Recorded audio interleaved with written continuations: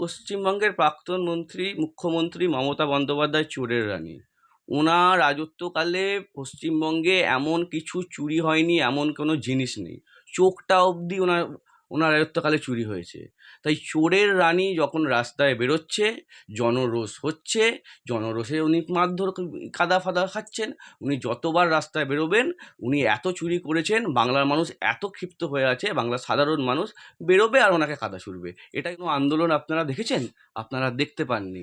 বামেরা হচ্ছে হিন্দু বিরোধী, এবং বরাবর বাম সরকার যখন ছিল, বাম সরকারও মুসলিম তোষণ করেছিল। তাই ওদের ফাটছে, গাত্রদাহ হচ্ছে, যে মাইক খুলে নেওয়া হচ্ছে। কিন্তু আপনি বলুন, মাইকের আজানে যেভাবে আজান চলে ভোরবেলা, সেভাবে মানুষের খুব মানুষ বিভ্রান্তি ছড়ায় কি ছড়ায় না সেটা মানুষ জানে। আপনি বলুন তো, কোনো মন্দিরে ওই রকম তার স্বরে কোনো বাজনা বাজে? পশ্চিমবঙ্গে বা ভারতবর্ষে বাজে না। বামেরা একটা ইস্যু খোঁজে। নতুন নতুন ছাত্রদের কোনো একটা ছোট্ট ঘটনা ঘটলে সেটাকে ইস্যু করে প্রথমে আন্দোলন তৈরি করো, তারপর ভারত ভাগের কথা তোলো। বামেরা তো ভারত বিরোধী। ওদেরকে তো আমি ভারত বিরোধী বলে দিই। প্রত্যেকটা বাম দেশদ্রোহী। তো রাষ্ট্রীয় সঙ্গীত, রাষ্ট্রটা তো হিন্দু মুসলিম সকলকে নিয়ে তৈরি হয়েছে। তাহলে হিন্দু সন্তানরা যদি স্কুলেতে বন্দের মাতরম গাইতে পারে, তাহলে মুসলিমরা কেন গাইতে পারবে না? You're watching News India One. Stay informed. Stay ahead.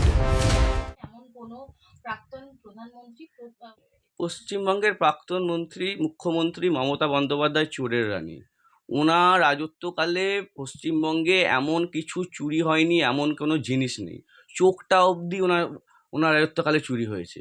তাই চোরের রানী যখন রাস্তায় বেরোচ্ছে, জনরোষ হচ্ছে, জনরোষে উনি মারধর কাদা ফাদা খাচ্ছেন।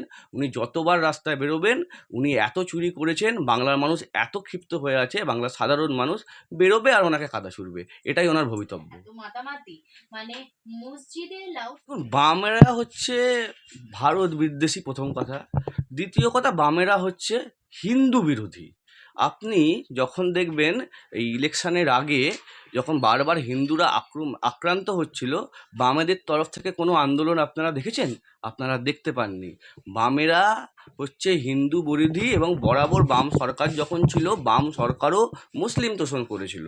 তাই ওদের ফাটছে, গাত্রদাহ হচ্ছে, যে মাইক খুলে নেওয়া হচ্ছে। কিন্তু আপনি বলুন, মাইকের আজানে যেভাবে আজান চলে ভোরবেলা, সেভাবে মানুষের খুব মানুষ বিভ্রান্তি ছড়ায় কি ছড়ায় না সেটা মানুষ জানে। আপনি বলুন তো, কোনো মন্দিরে ওই রকম তার স্বরে কোনো বাজনা বাজে?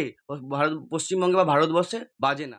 গঠনতান্ত্রিক ব্যাপার আছে, হিন্দুদেরও থাকবে না, মুসলিমদেরও থাকবে না। ওরা এক্সট্রা ফেসিলিটি কেন পাবে? ওরা রাস্তায় বসে কেন নামাজ পড়বে?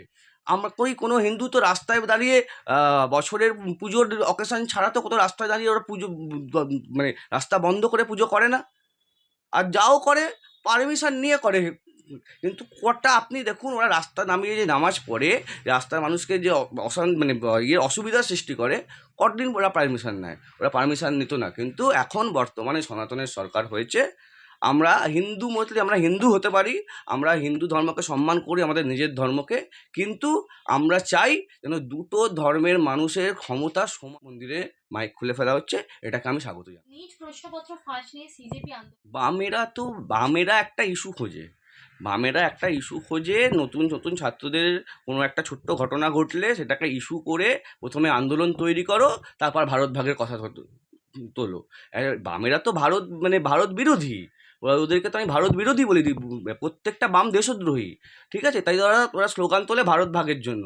ঠিক আছে? তো ওদের তো কোনো চিন্তা নেই ওদেরকে। মাতরম নিয়ে বিকাশ রঞ্জন ভট্টাচার্য। তো রাষ্ট্রীয় সঙ্গীত, রাষ্ট্রটা তো হিন্দু মুসলিম সকলকে নিয়ে তৈরি হয়েছে।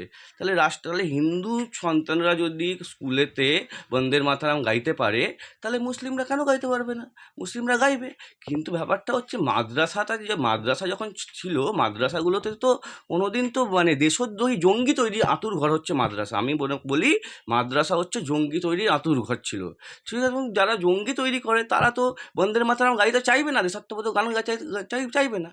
তাদেরকে যখন তাদের ভাষায় যে গান গাওয়া এটাই তো অবজেকশন। বামেরা হচ্ছে ভারত বিদ্বেষী, এরা বন্দের মাতরম বলতে চায় না।